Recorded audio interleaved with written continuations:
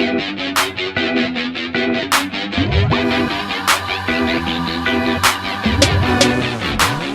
welcome to Double Dribble. It is week something or other in the NBA. I am Dan Abbott, aka The Sweetness. I'm Zach, aka The Wet Noodle. Yeah. Alright, Magic offered Bron $1 million to join the dunk contest next year. Do you like it or do you love it? I hate it. Ooh. LeBron doesn't need to be paid $1 million to enter the dunk contest.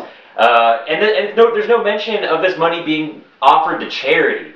And on top of that, there's other dudes that are throwing money in the pot. Wilbon and Bill Simmons, the halftime show today, both said they wanted to contribute. I hate this. Bron's scared. You scared, Bron? You scared? And the more interesting thing about this is who would LeBron compete against in this competition, you know? Someone like Westbrook. Someone about like Blake Griffin. Yeah, absolutely.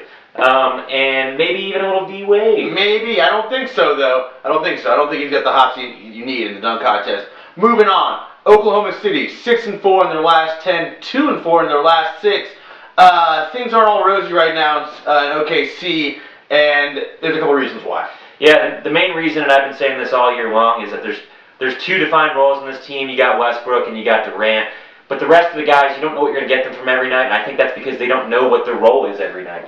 Well, it just depends. You know, when this team's sharing the ball, they play great. But when they go into hero mode, it gets very, very difficult for them this year. And they relied on it last year a lot, and they got through it. But this year, team's kind of figured that out. But that being said, they still have the highest margin of victory in the league right now. It's actually almost an historic pace. And teams like that correlate with teams that win finals. So could be a rough patch like last April for them. Look for them to bounce back. They had a big game with the Clippers coming up. Moving on to the Heat, who just got done playing a big game. They did. They won their 14th game in a row, and it was a big win against the New York Knicks, who they were 0-2 against so far. And it got clobbered by. Yeah, absolutely. And here, the case with them, it's really just been LeBron and D-Wade going nuts. I mean, Bosh has been garbage, but Battier and Ray Allen have been very good. The Coney Island Jesus and one of my least favorite players ever, named Shane Battier.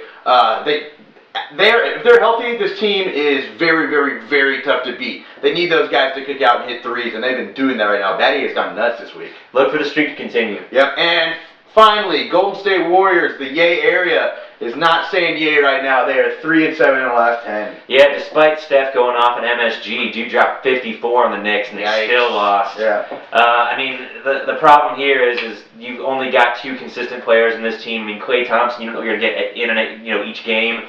And David Lee's been great, but it's just really Steph Curry and David Lee at this point. Yeah, David Lee's one of those weird guys who's like always on paper is so phenomenal, but sometimes you question how much he actually impacts his team, positively or negatively. This dates back to even when he was playing in New York. I still love him though. Beardrins is the worst center in the association starting right now, so they've got that going against them. Aside from Jarrett Jack on the bench, not a lot of depth on this team either. No. I think they're going to get exposed as kind of being a young team, as they will. But they'll still be able to play playoffs, which is very interesting in the playoffs. They can score 130 any night. Double dribble, week whatever. Blah!